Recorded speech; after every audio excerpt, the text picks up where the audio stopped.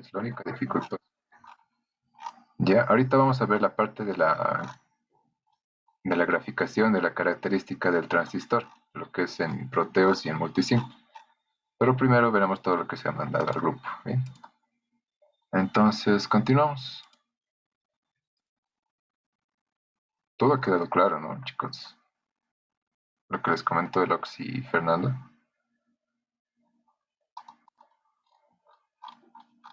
Ya, vayan preparándose. Entonces, continuamos con más ejercicios tipo de lo que es el transistor polarización. El primero que he escogido, ya no he escogido tanto de la práctica o del preinforme, sino el ejercicio es más educativo, se puede decir. Lo que tenemos, el circuito es realimentado por colector. Bien, siempre vamos a hacer este tipo de análisis. Se toma primero una ecuación de la malla de entrada, acá está dibujada, y la malla de salida. Por tanto, establecemos las ecuaciones según la ley de mallas. Bien, ¿qué nos va a decir? El voltaje de malla, el VCC, va a ser igual a la caída de tensión, lo que cae primero sobre la resistencia de colector, más el voltaje colector emisor, lo que cae acá, entre el colector y el emisor de nuestro transistor. Y finalmente, para cerrar la malla, tenemos la resistencia sobre el emisor. Bien, siempre, hasta llegar a la referencia, ya saben eso. Y luego caracterizamos la malla de entrada. La malla de entrada igual tenemos la alimentación de VCC, por lo tanto VCC va a ser igual a lo que cae otra vez en la resistencia de colector. Estoy denominando la corriente que fluye por acá simplemente I. Bien, que no va a ser lo mismo que esta IC, por si acaso. Que esta IC es distinta. Bien. Y luego, ¿qué más tenemos? La tensión que va a caer sobre nuestra resistencia de base, bien, que va a ser función de la corriente de base, y luego incluimos el voltaje base emisor. Bien, en el ejercicio que nos están dando, el voltaje colector de 12 voltios, por lo tanto es dato. La resistencia de colector, la resistencia de base y la resistencia de emisor, por lo tanto es dato. Y el beta característico del transistor nos están pidiendo que hallar el punto Q, el punto de trabajo, el factor de estabilidad de beta, el voltaje sobre el colector y el voltaje sobre el emisor. Entonces continuamos. Una vez hemos establecido las ecuaciones de malla de entrada y salida, pues nos hace falta apoyarnos en algo. Ese algo es la ecuación fundamental. La ecuación fundamental nos da la relación entre la corriente de base, la constante, que es la corriente inversa de saturación, y con el parámetro de salida, que es la corriente de colector. Eso lo hemos visto en la clase anterior. Bien, y también nos apoyamos en la ecuación de nodos, que nos dice, según la dirección de las corrientes, la corriente de emisor va a ser igual a la suma de las corrientes de colector y base. Y finalmente estoy estableciendo que, como les había comentado, la corriente de colector, acá descrita, va a ser la suma, mejor sí, de la corriente I que hemos establecido más la corriente de base. Mucho no vamos a ahondar tanto como lo hemos hecho en la clase anterior, en la resolución de las ecuaciones. Lo importante en este tipo de ejercicios es plantear. Vean, a ver, vamos bien. Hasta ahora tengo 4 ecuaciones, ¿bien? BCC es dato. La corriente I no es dato, puedo calcular. Resistencia de colector es dato, voltaje de colector emisor no es dato, la corriente de emisor no es dato y la resistencia de emisor sí. Acá lo mismo, BCC es dato, voy a ir tachando estos. BCC no es dato, la corriente no es dato, de emisor tampoco es dato. De colector sí es dato, de base es dato, es incógnita la corriente de base. Bueno, base emisor sí nos da, y si no nos da, pues siempre vamos a asumir que es 0,7, ya, esa es una constante. Entonces la corriente base emisor sí, ¿por qué no nos da? Pero tampoco es un dato que no se puede conocer. En general siempre es 0,7 para los transistores de silicio. Ya, luego tenemos la resistencia de emisor, que es dato, y la corriente de emisor, que no es dato. Bien, bueno, si hacemos este mismo análisis para no extendernos demasiado, ¿no? Para no consumir demasiado tiempo, nos vamos a dar cuenta que tenemos suficientes ecuaciones con las variables incógnitas que tenemos. Por lo tanto, lo único que hace falta es reemplazar. Les pido por favor que vamos revisando cómo se va despejando las ecuaciones. No hay mucha más dificultad. Y bueno, me estaban consultando acerca de la obtención de los factores de estabilidad. El procedimiento siempre va a ser el mismo. ¿Qué va a suceder? Voy a tomar mis ecuaciones de entrada, de la malla de entrada y de la ecuación fundamental. Y en base a esos yo voy a hacer la derivada, siempre voy a hacer la derivada con respecto a la corriente de colector, ya para la obtención de estos parámetros. ¿Y qué me va a resultar? Antes tengo que tomar en cuenta lo siguiente. Si yo estoy queriendo obtener el factor de estabilidad de beta, los otros dos valores, como son el voltaje base emisor y la corriente inversa de saturación, quedan constantes. Bien, van a ser siempre constantes. Eso para efectos de nuestra derivación. Por lo tanto, también les pido que revisen la parte de la derivación. Está acá resuelto mucho más rápidamente. ¿Qué nos va a resultar? Simplemente en este tipo de variables. ¿Qué vamos a tomar en cuenta? La corriente de base va a ser función de la corriente de colector, por lo tanto es derivable. Bien, acá lo propio. Y en este caso el parámetro de interés es beta. Como habíamos hecho en el ejercicio pasado, en este caso tenemos una multiplicación, porque tanto como acá, la corriente de base y beta dependen de la corriente de colector, ambos son derivables y hacemos la derivada de una multiplicación. ¿Ya? No es nada más que eso y despejamos. Despejamos de las relaciones de ambas, las ecuaciones A y B. De A y B obtenemos las siguientes relaciones, por lo tanto podemos reemplazar. No hay mucha más dificultad ahí. Entonces, como resumen, ¿qué podemos tener como conclusión? Punto Q. El punto Q lo vamos a obtener este de acá. Voy a cambiar el color. El punto Q va a salir a partir de las ecuaciones de la malla de entrada, malla de salida, ecuación fundamental y ecuación de nodos. ¿Ya? Sea cual sea la naturaleza de mi circuito, yo tengo que identificar siempre necesariamente una malla de salida y una malla de entrada. Para este tipo de polarización, esta es la configuración o el análisis recomendado. Luego, para los factores de estabilidad, es necesario hacer la derivada, la derivación siempre respecto a la corriente de colector, ya porque ese es el parámetro de nuestro interés. Y bueno, como siempre, tomar en cuenta que los demás parámetros variables dentro de nuestro análisis los vamos a tomar como constantes, excepto el que está bajo análisis, en este caso beta. Y el voltaje de colector y el voltaje de emisor. Eso, ¿cómo les puedo comentar? Está descrito acá únicamente si toma en cuenta la medición. Esto no se nota, lo voy a hacer con rojo. Si voy a tomar en cuenta la medición de este único nodo, va a ser únicamente el voltaje C. Bien. Y si toma en cuenta el voltaje de este otro nodo, únicamente de este otro nodo, va a ser el voltaje de emisor, como van a encontrar en el ejercicio.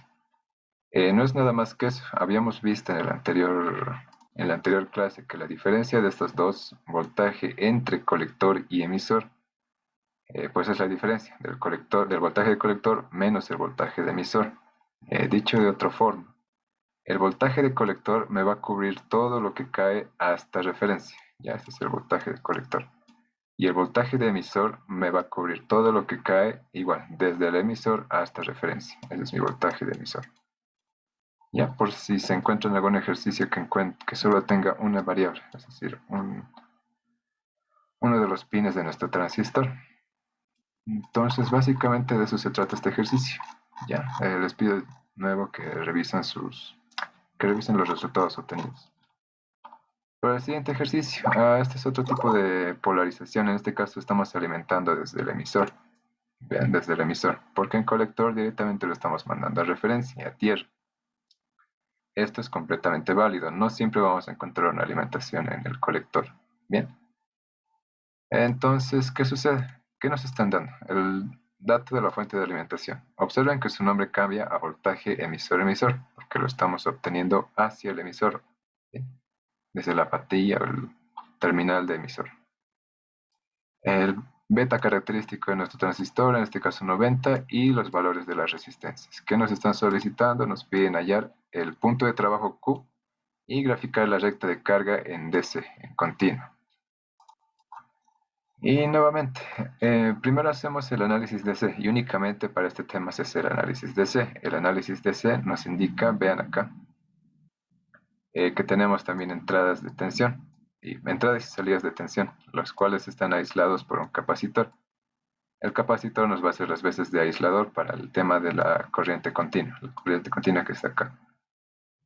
Entonces, según el análisis, según el teorema de superposición, ¿verdad? Estamos aislando tanto las señales de continua con las señales de alterna. Al aislar las señales de alterna, se dice que para continua el capacitor es un circuito abierto, tanto C1 como C2. Por tanto, únicamente nos queda el circuito que queda acá adentro. Este circuito de acá. Y nada más es sobre el que vamos a hacer el análisis. Por lo tanto, estos capacitores nos indican hasta dónde vamos a llegar con el análisis de C. Y ya está. El procedimiento siempre va a ser el mismo, como les indico. Voy a indicar cuáles son mis mallas de entrada y de salida. Vean, entonces mi malla de salida siempre va a ser esta.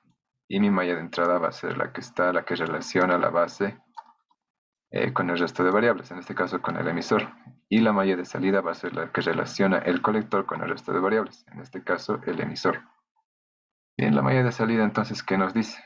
Si veo desde aquí arriba lo único que tengo es una tensión cero. La tensión de malla va a ser cero. ¿Y esto va a ser igual a qué? A la tensión colector-emisor, lo que va a caer entre mi colector y mi emisor, más lo que cae entre mi emisor, colector y emisor, más la resistencia que cae sobre mi emisor, y más la tensión de emisor, que está acá descrita. Bien, ese es el sentido de la corriente que hemos escogido, y luego tenemos la malla de entrada. En la malla de entrada, de igual forma, tenemos desde acá. Desde acá yo estoy diciendo que tengo una tensión o un potencial cero, y esto va a ser igual a ¿qué? A la caída de tensión sobre mi base, sobre mi resistencia de base, más aquí solo tengo un nodo, un nodo, un nodo, y este aquí encuentro mi base emisor.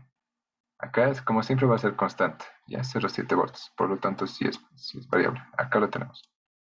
Luego tenemos, voy a cambiar de color, a lo que cae sobre mi emisor, que es esto.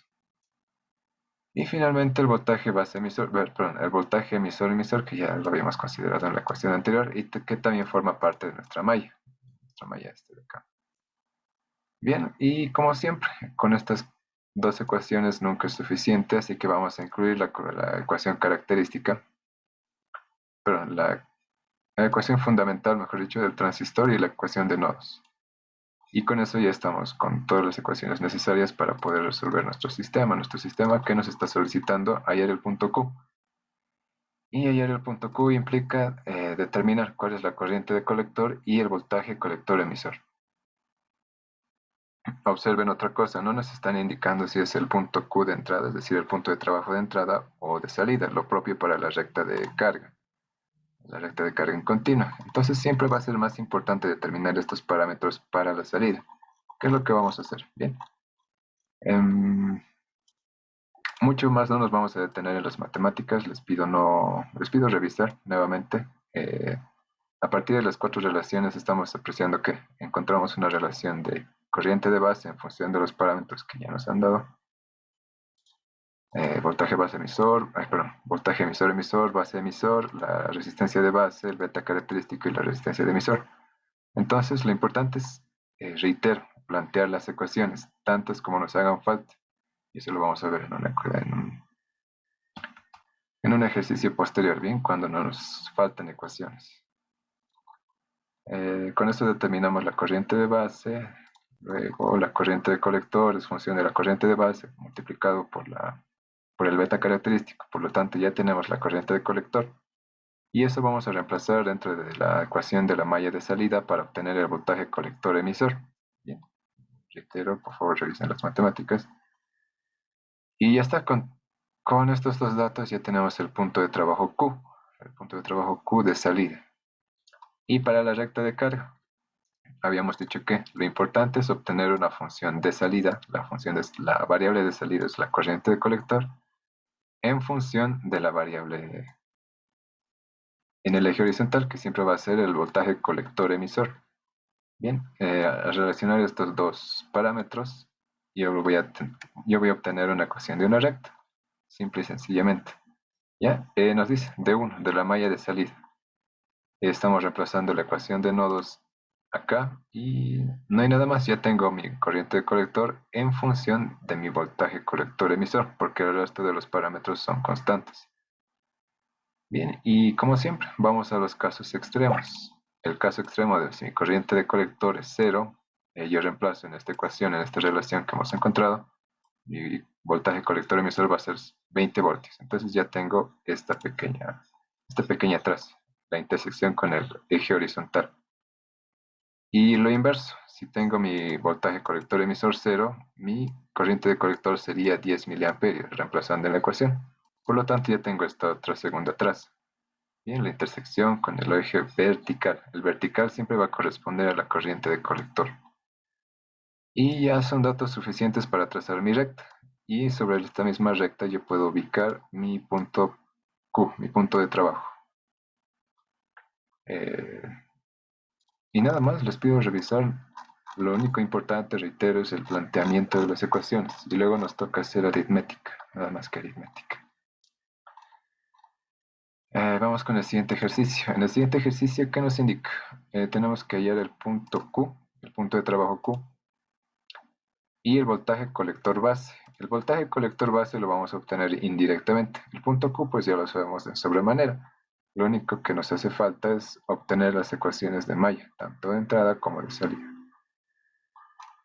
Y pues acá están descritas, malla de salida y malla de entrada. ¿Por qué tomamos este tipo de disposición? Se preguntarán. Lo voy a mover un poco acá. Voy a repasar el dibujo. ¿Por qué voy a considerar esto mi malla de salida y esto mi malla de entrada? Como les había comentado, la malla de entrada la vamos a escoger en función del parámetro de ingreso. Ya, esto queda un poco confuso. Habíamos dicho que la ecuación fundamental depende, o bueno, ¿qué me va a indicar? El comportamiento de la corriente de base, perdón, de colector, acá descrito, en función de mi corriente de base, ¿ya? Entonces la corriente de base va a ser mi parámetro de entrada, por eso es que estamos denominando esta malla como malla de entrada. Y estamos relacionando esta otra malla relacionada con la malla de salida, pues por el mismo hecho de que estamos tratando de encontrar o relacionar el comportamiento de nuestra corriente de colector. Por eso vamos a establecer estas ecuaciones. ¿Ya eso queda claro? Me preguntan, bueno, sí, me preguntan nomás si no queda claro. Bien, lo que nos interesa entonces es relacionar un parámetro de entrada, que va a ser, bueno, a partir de la malla de entrada que estamos determinando, según la función, perdón, según otra malla de salida. En este caso, el parámetro de salida de importancia es el colector. Ya. Y pues nada más, vamos a reemplazar todos estos valores en las ecuaciones que hemos establecido. No nos olvidamos de las ecuaciones fundamentales ni de la ecuación de nodos, ¿ya? Eso siempre va a estar presente y se tiene que cumplir. Y reitero, pues más de lo mismo, aritmética, reemplazar valores, despejar variables, nada más. Bien, esto les pido que lo revisen. Y este es el ejercicio que les comentaba. Acá nos están indicando un circuito autopolarizado, que nos están pidiendo todos estos valores. Básicamente el valor de la fuente de alimentación, una resistencia de colector, una resistencia de emisor, la resistencia de base equivalente, resistencias 1 y 2, la corriente de emisor y de base. Y como datos, estas son las incógnitas por si acaso, todo esto de acá. Y como datos nos indican que únicamente tenemos un beta de 250, correspondiente a un transistor BC548. Y como condición quiere que este transistor, que nuestro pequeño transistor, esté operando en el punto de trabajo Q, 5 voltios y 5 miliamperes, ¿ya? Bueno, entonces, ¿cómo hacemos? Tenemos demasiadas variables, ¿verdad? Demasiadas incógnitas. Un pequeño repaso a lo que es nuestro transistor. Ya lo muevo esto. Como siempre, la característica de salida, vamos a enfocarnos un poco. Tenemos tres regiones en las que va a trabajar, bien, en función de la característica de salida, esto no se olvida. Voy a remarcarlo, sé que esto, digamos, no sea el mejor método gráfico para mostrar, pero bueno.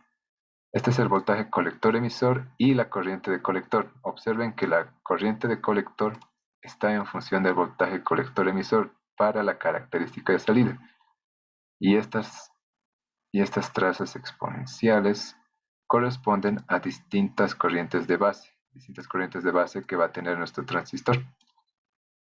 Bien, el punto Q que nos dan es lo mismo, voltaje colector emisor y la corriente de colector, es decir, en qué punto de este plano cartesiano que nosotros estamos definiendo va a estar enclavado nuestro transistor, por eso se le indica por eso se le conoce como punto de trabajo. Bien, entonces, como les decía, diferenciamos tres distintas regiones. Tenemos la región de corte y saturación, que es cuando la región de corte es cuando nuestro transistor no conduce ninguna corriente. ¿Ya? Voy a hacer acá. ¿De qué forma va a conducir? Estamos esperando que conduzca en este sentido. Creo que el amarillo se nota mejor. En este sentido. Bien, y cuando estamos en la región de corte, ¿qué podemos apreciar? En la región de corte tenemos una corriente mínima, mínima, mínima, y de que de hecho corresponde únicamente a la corriente inversa de saturación.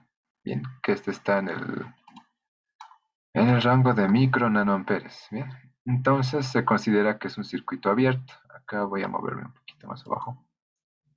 Se considera que es un circuito abierto cuando estamos trabajando en la región de corte. Todo lo inverso va a suceder en la región de saturación. En la región de saturación vemos que,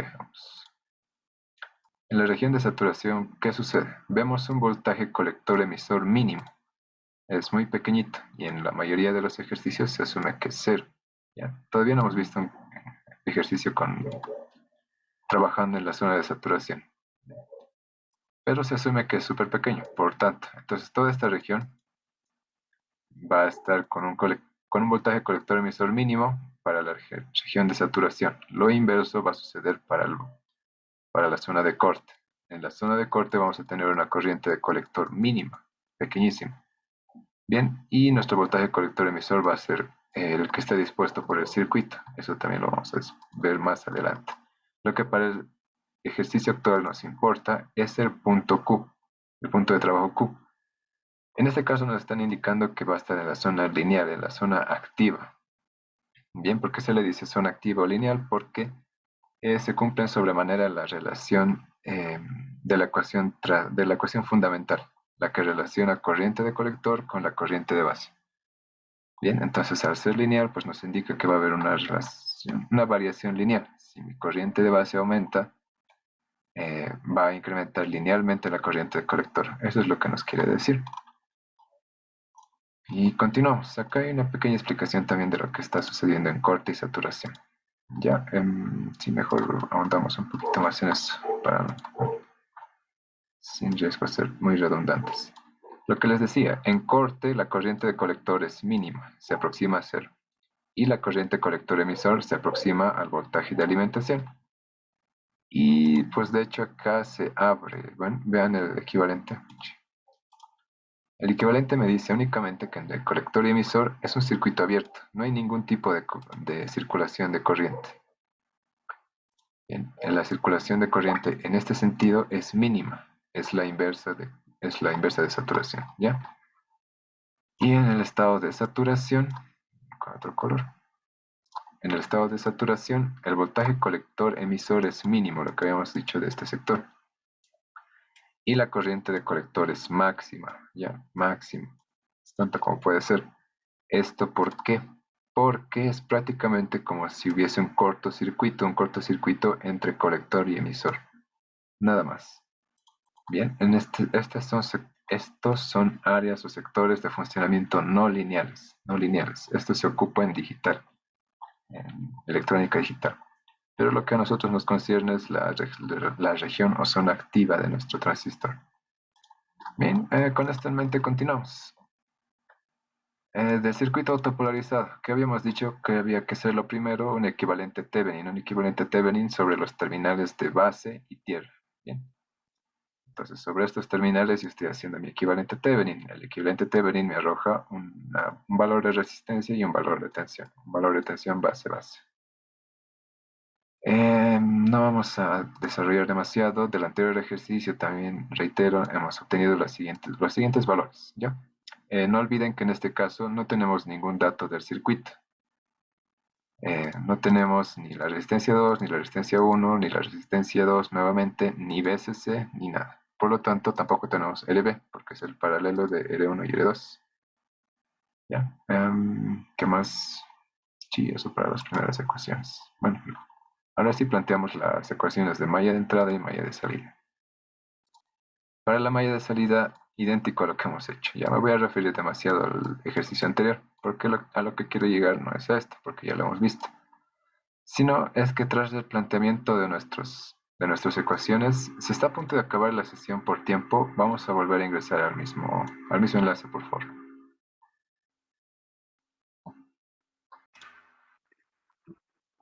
Ya continuamos. Entonces, como les decía, ahora sí tenemos como siempre planteadas las cuatro ecuaciones de siempre. La malla de salida y la malla de entrada. La ecuación fundamental, que en este caso ya de una estamos despreciando la corriente inversa de saturación y la ecuación de nodos. Bien, con estas cuatro ecuaciones, pero nos faltan demasiados datos. BCC, la resistencia de colector, corriente de colector, voltaje colector emisor, etc. No tenemos nada de esto. Voltaje base emisor sí. Ya siempre vamos a asumir 0,7 si no nos indican lo contrario. Reitero, si no nos indican qué voltaje base emisor vamos a tomar, siempre podemos asumir que es 0,7 volts, siempre y cuando nuestro transistor esté trabajando en la zona activa. Bien, voltaje base emisor sí lo tenemos. Estos otros factores no, la corriente de colector no. Lo único que tenemos también es el beta característico de nuestro transistor. La corriente de base no. La corriente de emisor es función de la corriente de colector y la de base, por lo tanto tampoco la tenemos. Bien, ¿y qué va a pasar? Es prácticamente uno de los escenarios más comunes, es decir, nunca vamos a encontrarnos con una aplicación que no tengamos que diseñar prácticamente desde cero. Ya, entonces vuelvo un poquito más acá. Este es reitero, un escenario casi real, en el que yo voy a tener una aplicación en la cual voy a querer únicamente, lo único que me interesa es tener esto. Ya, pero yo no tengo nada de esto, pero sé que puedo usarlo. Entonces voy a plantear mis ecuaciones y todo eso. Y bueno, voy a escoger un transistor, le voy a medir su beta. Recuerden que puedo medirlo únicamente con el multímetro, así que es fácil determinar este valor. Un valor de diseño, ¿bien? Por lo tanto, reitero, es un escenario más cercano a la realidad. Entonces, a partir de eso, ¿qué hago? Aquí entran lo que son los denominados o conocidos criterios de diseño. Bien, a partir del análisis de estabilidad, lo que nos va a asegurar un sistema, un circuito más estable, lo más estable posible. El primero de ellos es que la resistencia de base va a ser 10 veces la resistencia de base va a ser igual a la multiplicación de beta, del parámetro beta por la resistencia de emisor. ¿Bien?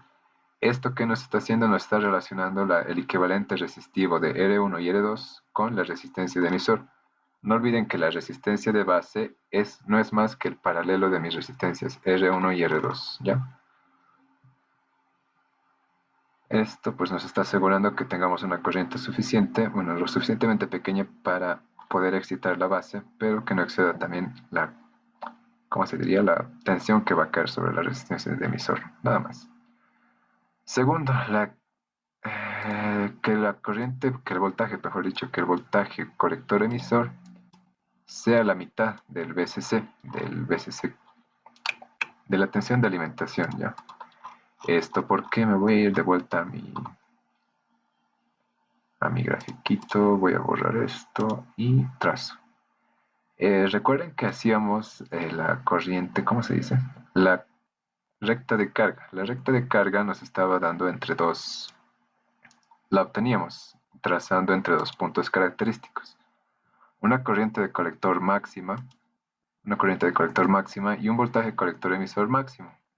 Entonces, al escoger que este voltaje colector emisor máximo sea BCC y que nuestro punto Q, por lo que al final, ¿qué nos dice nuestro criterio de diseño? Que el que el voltaje colector emisor lo voy a colocar a la mitad del recorrido, lo voy a hacer de esta forma, del rango de tensiones que tiene mi voltaje colector emisor. Si yo lo estoy poniendo al medio, acá, al medio de este rango de valores, estoy asegurándome de que vamos a estar trabajando en la zona lineal, en la zona activa de nuestro transistor. Bien, por eso estamos escogiendo como criterio de diseño, estoy asumiendo que este valor de voltaje colector emisor va a ser la mitad de mi BCC. Por lo tanto, estoy esperando a que mi voltaje BCC esté acá. Bien, prácticamente por eso, por dos criterios. Por mantener el punto Q al medio Y para poder escoger el voltaje de alimentación, el VCC. Bien. El otro criterio es la corriente, perdón, la recta de carga en directa. La recta de carga en directa.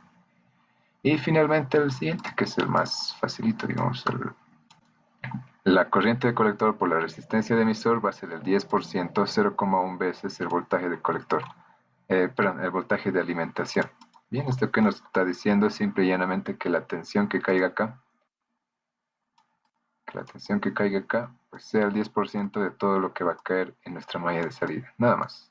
¿Eso por qué? Es un criterio empírico que se introduce. Es algo que se conoce por experiencia, si se puede. Entonces, los criterios de diseño son más que nada conocimiento empírico. Y se pueden aplicar muy fácilmente a nuestros diseños, ¿ya? Y este es otro, una aproximación de la corriente de nodos, ¿sí? De la corriente de nodos y la ecuación fundamental que estamos diciendo. Puedo aproximar que mi corriente de emisor sea igual a mi corriente de colector siempre y cuando el beta sea mayor que 100. ¿Por qué? Porque en este punto la corriente de base se hace despreciable, ¿ya? ¿Eso se entiende? Esto es muy importante, por si acaso. Es muy importante para todos nuestros diseños que vayamos a realizar, no solo en este laboratorio, sino en el resto de laboratorios, que incluyen lo que es el transistor. Bien, entonces es importante conocer por qué y para qué lo vamos a usar. Bien. Entonces, reitero, cada uno de estos criterios tiene su propósito. No es algo, una relación definitiva, pero sí es algo que se ha ido obteniendo de forma experimental y es algo que, digamos, es muy recomendable ponerlo de esta forma. Bien. Y en tanto que esta es únicamente una aproximación, para no tomar en cuenta tanto cálculo si vamos a despreciar la corriente de base, porque va a ser súper pequeña a medida que el beta va creciendo, es mayor. Bien, entonces por favor que quede bien claro eso. ¿Y luego qué nos queda? Pues introducimos estas nuevas ecuaciones, con lo cual ya tendríamos suficientes valores para ir resolviendo. Lo que queda pues es hacer aritmética, nada más que aritmética. Ya vamos a describir un poco. De lo primero, el más sencillo, como pueden ver, es la elección del voltaje de alimentación, ya que tenemos dado el voltaje colector-emisor. El voltaje colector-emisor es lo que nos están solicitando en el ejercicio. Es colocar en 5 voltios, si mal no me equivoco, y es lo que estamos haciendo acá. Entonces, ya tengo cuál va a ser mi voltaje de alimentación, que va a ser 10 voltios. Por lo tanto, mi voltaje en el punto Q de colector-emisor va a ser 5 voltios, nada más que eso. También es dato la corriente de colector, pues es algo a lo que quiero llegar. En este caso nos indican que la corriente de colector de trabajo va a ser 5 miliamperes y el beta también es dato. Al ser dato, pues es 250 que correspondía al BC548, el transistor S. Y nuestra corriente de base nos resulta en 20 microamperes, bastante sencillo. ¿Qué más? Vemos que nuestro beta es mayor a 250, por tanto, podemos utilizar la relación que aproxima la corriente de emisor con la corriente de colector. De igual manera, entonces, nuestra corriente de emisor va a ser de 5 miliamperes, ¿ya? Eh, Visto de esta forma, ¿qué quiero decir? Lo voy a borrar. La corriente. Aquí tengo mi corriente de emisor, lo voy a señalar con esta flechita ya que voy a tener mi corriente de emisor. Luego, acá va a ingresar la corriente de base. Esta la estamos despreciando por ser súper pequeña. ¿Y eso por qué? Porque nuestro beta va a ser mayor que 100. Eso es dato del problema. ¿Bien? Eso es lo que quiere decir. Si el beta es menor, pues simplemente lo incluimos. ¿Ya? O dicho de otra forma, acá, nuestra corriente de base nos resulta en 20 microamperes. Y nuestra corriente de colector, nuestra corriente de colector va a ser 5 miliamperes. Si yo sumo la corriente de colector más la corriente de base, pues va a tener una variación mínima. 5 miliamperes más 20 microamperes. Por lo tanto, se asume que son lo mismo. Por lo tanto, se asume esta igualdad. Bien, ahora voy a usar mi ecuación C, mi tercer criterio de diseño. Con C, que quiero obtener mi resistencia de emisor. Bien, porque estoy diciendo que va a ser la caída de tensión sobre mi resistencia de emisor aproximadamente 10% del voltaje colector-colector, es decir, la tensión de alimentación. Pues únicamente ya sería eh, incógnita la resistencia de emisor, puesto que ya hemos calculado la corriente de alimentación y la corriente de colector, que es dato del problema. Por lo tanto, reemplazo y hallo que mi resistencia de emisor va a ser 200 ohmios. Bien, entonces continuamos.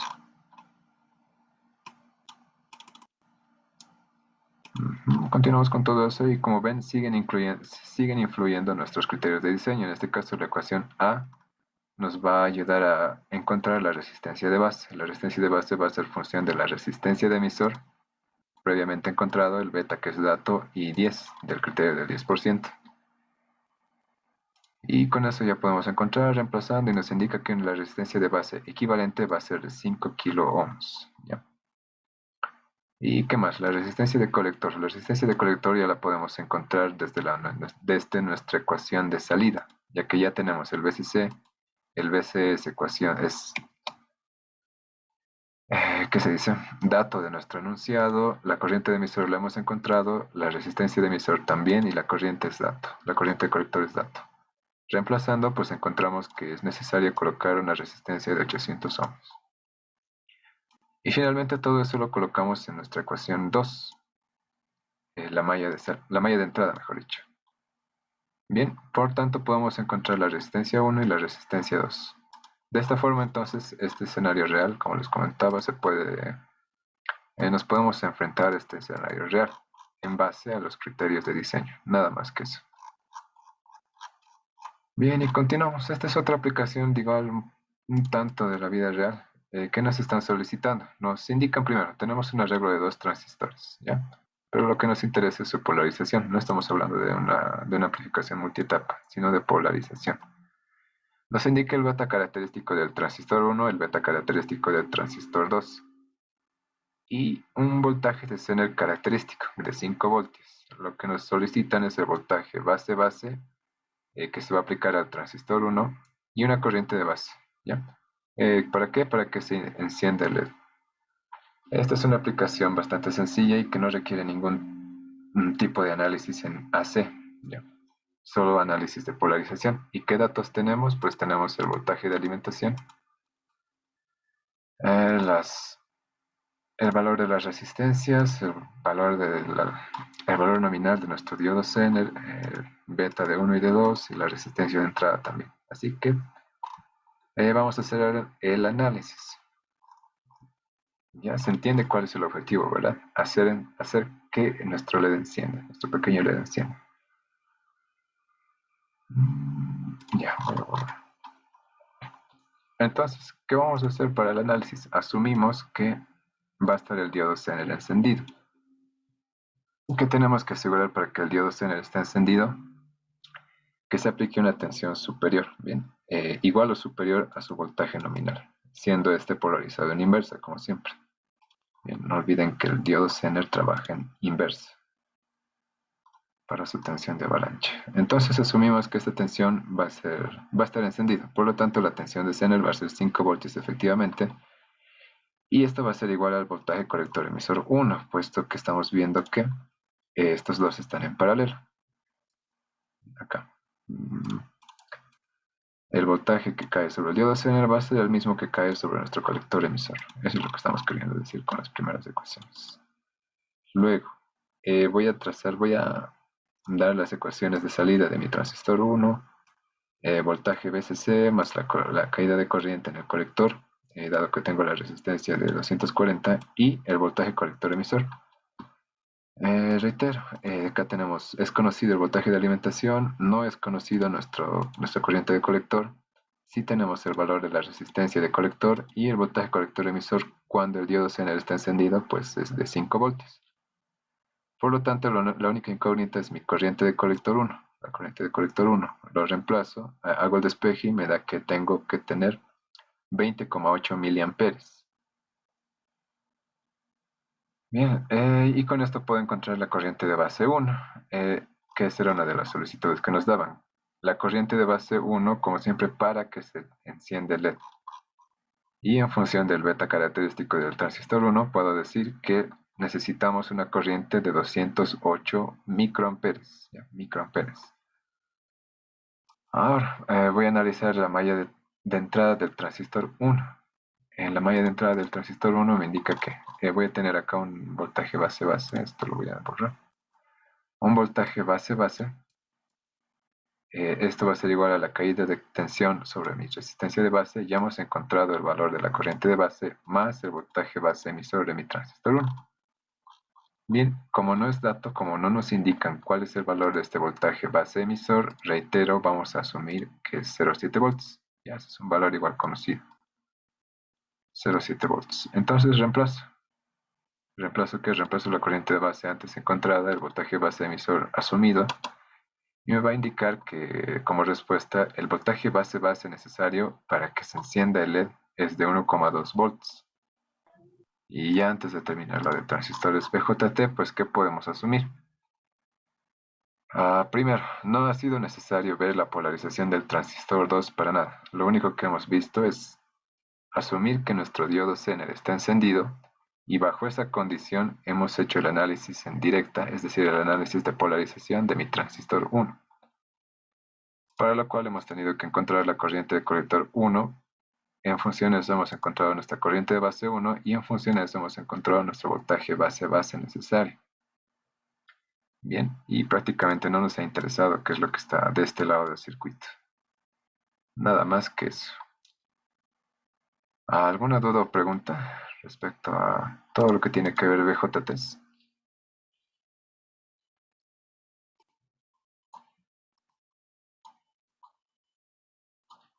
Ya, aquí les hago una pregunta, igual válida para los ejercicios. Sí.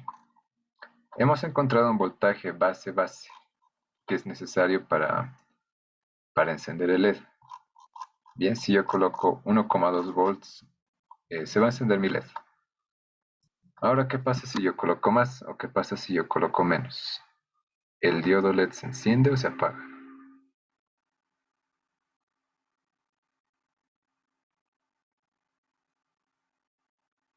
Es decir, el voltaje base que hemos encontrado es un límite, es un umbral, pero un umbral de encendido o de apagado. ¿Y por qué?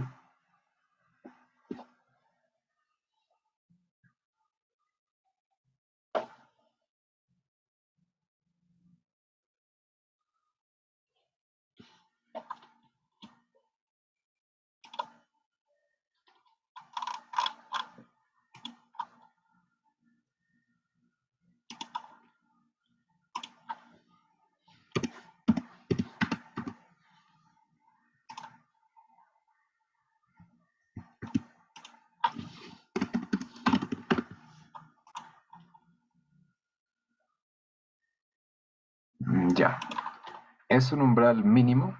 A ver, vamos a hacer el análisis. Si yo incremento este voltaje base, mi corriente de base se va a incrementar necesariamente.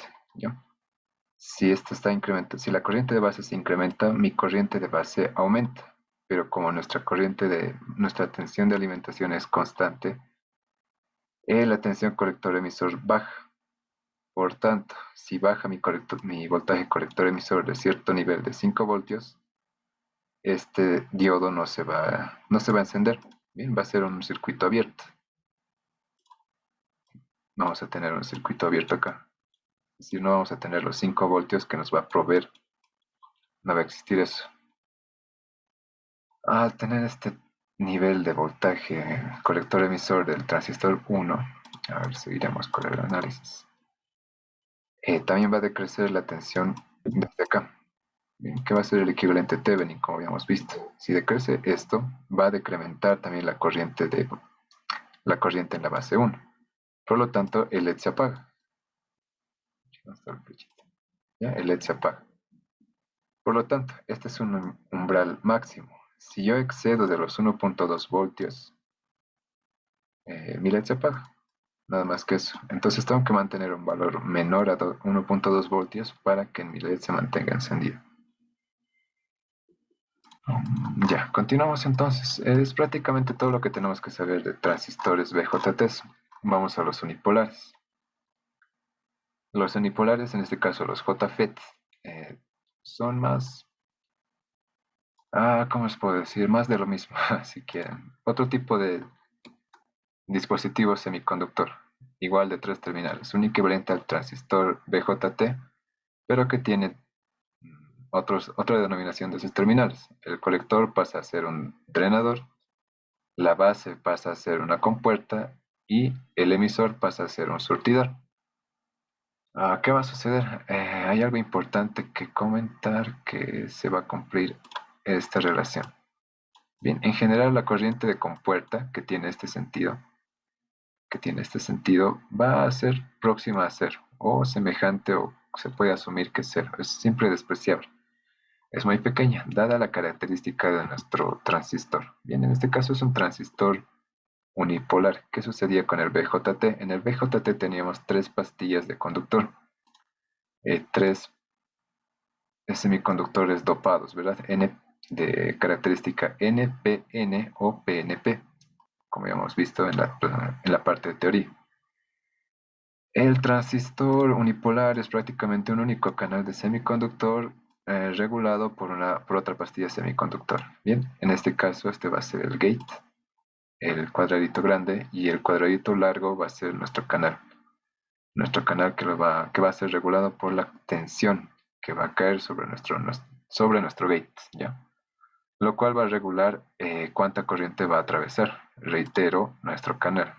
Lo importante es saber que es un canal y que va a circular la corriente en este sentido para los canales, para el transistor canal P, y de forma inversa para nuestro canal P. ¿Ya? ¿Qué más? Se siguen cumpliendo los sentidos de corriente. Bien, corriente de compuerta más corriente de drenador va a ser igual a la corriente de surtidor. En sentido contrario, la corriente de surtidor va a ser igual a la suma de la corriente de drenador más la corriente de compuerta cuando veamos nuestro transistor de canal P. Bien, el sentido de corriente se invierte. Y como siempre tenemos la característica de salida, que va a ser el voltaje drenador-surtidor, que no es más que el voltaje que cae entre el pin de drenador y, bueno, menos el voltaje que cae entre el pin de surtidor, nada más. Acá lo mismo, más de lo mismo, ¿ya? Y es básicamente eso. Luego tenemos sus características de salida, las gráficas características de salida, con lo cual me tengo que ayudar con la ecuación fundamental. Acá otro aspecto importante que recalcar, en comparación con el BJT, ¿ya? El BJT relaciona, voy a escribirlo acá, la corriente de colector, beta veces la corriente de base más la corriente de ICB0, multiplicado por beta más 1, ¿no? Esta es la ecuación fundamental del BJT. Pero ¿qué pasaba acá? Estamos relacionando un parámetro de entrada que es de corriente con un parámetro de salida que es de corriente. El parámetro de salida está bien. Lo que sucede es que el parámetro de entrada es función de la corriente, cosa que no sucede en nuestro transistor JFET. El JFET tiene una ecuación característica de la siguiente forma. La corriente de drenador, no se olviden que es el equivalente al colector, va a ser una relación parabólica, ¿bien? En lo cual también tenemos constantes. En la ecuación característica del BJT teníamos el beta y la corriente inversa de saturación como constantes, ya no variaban. Y si variaban era por parámetros externos, como ser la temperatura. Acá lo mismo, tenemos una corriente de saturación de drenador y un voltaje de pinch-off, ya se le conoce como de pinch-off o de apagado. Un voltaje P. Y lo único importante o interesante es que, reitero, esto ya no, la relación no va a depender de corriente, sino va a depender del voltaje que cae entre mi compuerta y surtidor, gate y source, ¿ya? Eso es lo interesante. Reitero, me gustaría que quede bien claro. En el BJT dependíamos de la corriente de base. Eso ya no va a pasar en el JFET. Estamos dependiendo del voltaje gate surtidor. Bien, aquí ya no nos importa mucho. Acá lo que nos interesa es el voltaje gate surtidor. Y como curiosidad, como para que se tenga en claro, el voltaje gate surtidor, a diferencia del BJT, va a ser menor a cero por el canal N, lo que es el equivalente al NPN, y mayor que cero, lo que es el equivalente al canal P. Bien. Y esta es la relación que tenemos. Y reitero, constante, constante. Voltaje de corriente, voltaje del drenador de saturación y el voltaje de pinch-off. Y nada más. No se olviden, tiene que ser un voltaje negativo. Y ahora sí podemos ver lo que es las características. En el semiplano derecho tengo la característica de entrada. Voltaje con puerta surtidor versus corriente de drenador. Y en el semiplano derecho veo el, el gráfico de salida. Voltaje drenador surtidor, lo que era el equivalente colector emisor, no se olviden. Voltaje drenador surtidor versus corriente de drenador. Siempre en miliamperios en general, ¿no? ¿Y qué más? Vemos acá marcado el voltaje de pinch-off, que es constante, que está acá descrito. La relación exponencial para la entrada y la corriente máxima. La corriente máxima va a ser la corriente drenador-surtidor de saturación. Bien, y en estos puntos vamos a encontrar nuestro punto de trabajo. Bien, y la recta de carga, pues como siempre se traza sin más contemplación. Lo inverso, lo reflejado, mejor dicho, va a suceder con nuestro transistor de canal P. En este caso el voltaje gate surtidor va a ser positivo y el voltaje drenador surtidor va a ser negativo. Lo inverso a lo que sucede acá en el canal P, en el transistor de canal P. Lo que siempre se va a cumplir, reitero, es la ecuación característica. Lo que vamos a tomar en cuenta la ecuación característica es la relación parabólica, que me permito ser redundante, que relaciona el voltaje gate surtidor, que es nuestro parámetro de entrada, y nuestra corriente de drenador, bien, nuestro parámetro de salida. Con eso en mente pasamos nuevamente a más ejercicios, en este caso de polarización de JFETs. Vean que es mucho más sencillo, pues ya no tenemos que determinar la corriente de base. En tanto tenemos que determinar el voltaje gate surtidor. Ya, siempre tomando en cuenta que esto siempre se asemeja o es despreciable o se considera como cero, nulo. Y continuamos, en este caso nos están pidiendo todo esto, ya. El punto de trabajo, con puerta surtidor, drenador surtidor, corriente de colector, corriente de drenador. El voltaje de source, el voltaje de surtidor, el voltaje de compuerta y el voltaje de drenador. El parámetro de transconductancia, que es otro parámetro característico de nuestros diodos, de nuestros transistores JFET. Y finalmente trazar la recta de carga. Como datos nos dan el voltaje de la fuente de alimentación, el valor de las tres resistencias y las características de nuestro diodo JFET. Y acá también hacer otra acotación. En general se le conoce a este parámetro como corriente drenador surtidor de saturación. Corriente drenador surtidor de saturación. Pero en otros casos se le conoce como corriente de pinch-off. Y que aquí en el ejercicio lo estamos encontrando así. Y finalmente también nuestro voltaje de pinch-off. Con lo cual ya tenemos descrita nuestro transistor JFET según su ecuación fundamental. Entonces continuamos. El procedimiento es exactamente el mismo que se sigue con los BJTs, ¿bien? Lo único que cambia es, como se habrán dado cuenta, es la ecuación característica. La malla de salida la identificamos de la misma forma. Partimos a partir del voltaje de alimentación VDD. Para la malla de entrada lo propio. Bien, me gustaría hacer hincapié en la malla de entrada. En la malla de entrada no tenemos ningún tipo de alimentación, como sucedía, como llegaba por lo menos a partir de un divisor de tensión en el BJT. Simplemente tenemos si quieren, ¿no? ¿Cómo se puede decir? Una malla sin una fuente de alimentación, solo caídas de tensión. Como hemos asumido que la corriente de compuerta es semejante a cero, acá no está cayendo ningún voltaje. Voy a poner los voltajes de color amarillo. Lo que cae acá es prácticamente cero, debido a que estamos asumiendo corriente de compuerta igual a cero. Por lo tanto, lo único que tenemos en caída es el voltaje gate surtidor, compuerta surtidor, VGS, y lo que cae sobre nuestra resistencia de surtidor, RS, BDRS, ¿ya? BDRS. Entonces, el nivel de polarización, en este caso, vamos a volver a la ecuación mejor para que se vea bien. el nivel de polarización, que como habíamos dicho es función del voltaje con puerta surtidor, viene únicamente a partir de la tensión que cae sobre nuestra resistencia de surtidor, nada más que eso. Puesto que hemos visto acá que tenemos esta relación. Podemos decir que la tensión que cae sobre nuestra resistencia de compuerta va a ser igual a lo que cae acá, voltaje compuerta surtidor, y acá, voltaje de surtidor. Bien, entonces hay que ver que la resistencia perdón, que el voltaje que cae acá va a ser lo negativo, o sea, menos VGS, y al revés, el voltaje que cae sobre mi surtidor, sobre mi resistencia de surtidor,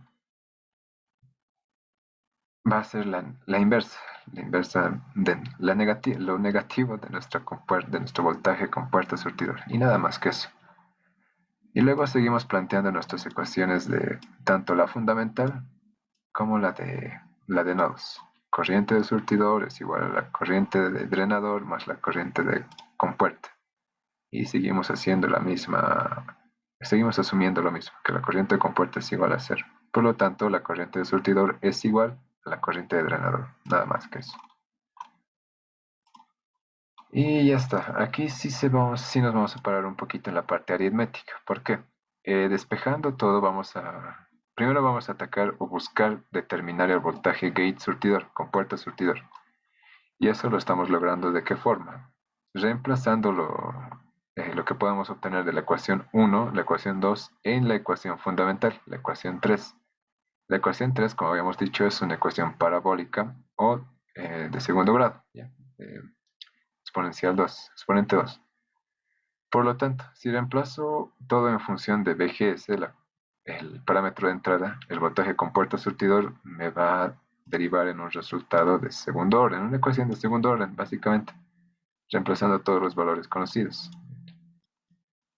Y acá es importante resolver de qué forma, pues como siempre, tenemos dos valores, ¿no? Dos valores que van a cumplir o van a satisfacer mi ecuación de segundo grado. Y ahora sí me tengo que fijar en mi gráfico. En mi gráfico, vengo acá. Habíamos establecido que la característica de entrada es una parábola. Y como límite en el eje horizontal tengo mi voltaje de pinch-off. Mi voltaje de pinch-off me habían dicho por dato de problema que es menos 6 volts. Por lo tanto tengo un límite de menos 6 volts. Y veo mis resultados. Ya, voy a encuadrar mis resultados. De la ecuación de segundo grado que hemos obtenido, tengo un VGS menos 259 voltios y un VGS2 de menos 13,91. Vamos a escoger siempre el que está dentro de nuestro límite, dentro de nuestro rango o dominio de entrada. Nuestro rango o dominio de entrada está limitado por el voltaje de pinch-off característico que nos entregan al momento de al momento de plantear el enunciado, que era en este caso menos 6. Como menos 259 está dentro de este rango, pues es el voltaje gate surtidor que estamos escogiendo. Bien, menos 259. Y el otro simplemente lo despreciamos. Y así continuamos con este valor ya en mente. Ya hemos llegado a escoger en función de la gráfica, siempre según la gráfica, vamos a escoger eso. El valor con puerta surtidor real, si se puede decir. Ya podemos obtener el resto de los valores. Por decir, el punto de trabajo. La corriente de drenador, según las ecuaciones, habíamos visto que es menos la tensión con puerta surtidor dividida entre la resistencia del surtidor. Y se puede ver así. Únicamente estamos tomando en cuenta esta rama. Al hacer eso, obtenemos que vamos a tener una corriente de 2,59 miliamperes. Esto lo podemos reemplazar, bueno, el valor de compuerta surtidor lo podemos reemplazar en la ecuación característica y vemos que obtenemos un resultado similar, un resultado aproximado y un resultado según la ecuación característica, ¿ya? Es una variación de 0,01 miliamperes, así que es totalmente aceptable. Bien. Por lo tanto, ¿qué más nos queda obtener? Tenemos el voltaje drenador-surtidor, que lo vamos a obtener de la ecuación de malla de salida, con lo cual ya tenemos nuestro punto de trabajo. Voltaje drenador-surtidor versus corriente de drenador, nada más. Bien, lo último que nos solicitaban, bueno, lo siguiente que nos solicitaban era el voltaje de surtidor, el voltaje de drenador y el voltaje de gate. ¿Ya? Y lo estamos obteniendo de distintas formas. El voltaje de surtidor, me permito volver acá. El voltaje de surtidor no es más que el que cae sobre el pin de surtidor, sobre el terminal de surtidor. ¿Ya? Lo propio para el voltaje de drenador, sobre el terminal de drenador y el voltaje de compuerta sobre la terminal de compuerta. No hay mucho más que decir. Planteamos sus ecuaciones de malla y como ya casi todos los datos del sistema de nuestro circuito ya lo tenemos, no hay mucho más que decir. Observen que el voltaje de compuerta es igual a cero. Pues no hay corriente sobre eso, ¿ya?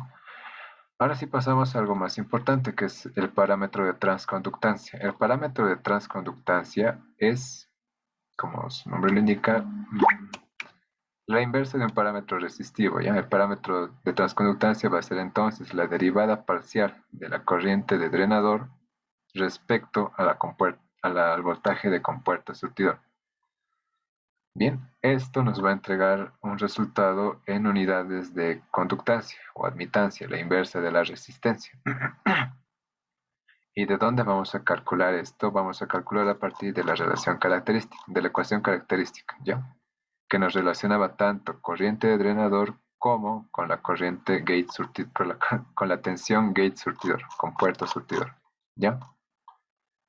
Entonces, a partir de la ecuación característica, derivamos.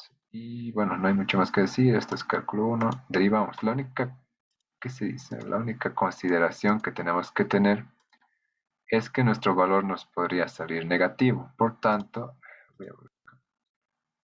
vamos a tomar el valor absoluto de nuestra tensión de pinch-off. Ya, esa es la única variación que vamos a tener.